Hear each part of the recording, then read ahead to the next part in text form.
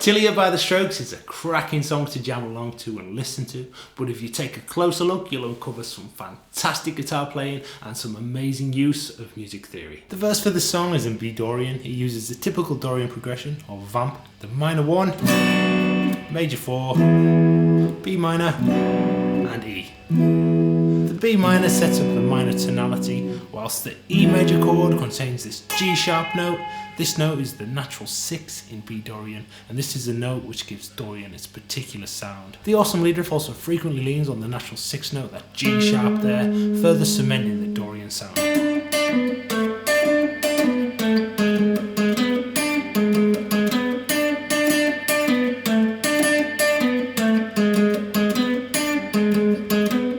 The playing in this song is absolutely phenomenal and the dynamics are on point. For the intro we have the bass and the drums, and then the lead guitar enters. It goes from this to this.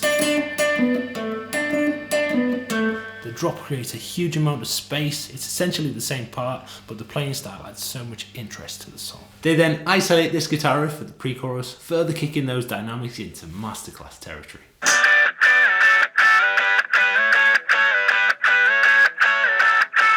They then go into the chorus. The drop beforehand makes the chorus sound huge. For the chorus, my favourite riff in the song comes in. It's so unusual, but it flows so beautifully with the rest of the parts.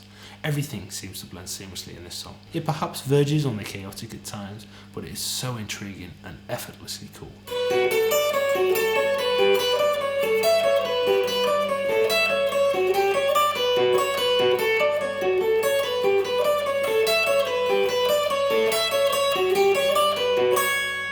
The impeccably tasteful solo comes in straight after the chorus before we repeat the parts again. An absolute masterclass in songwriting.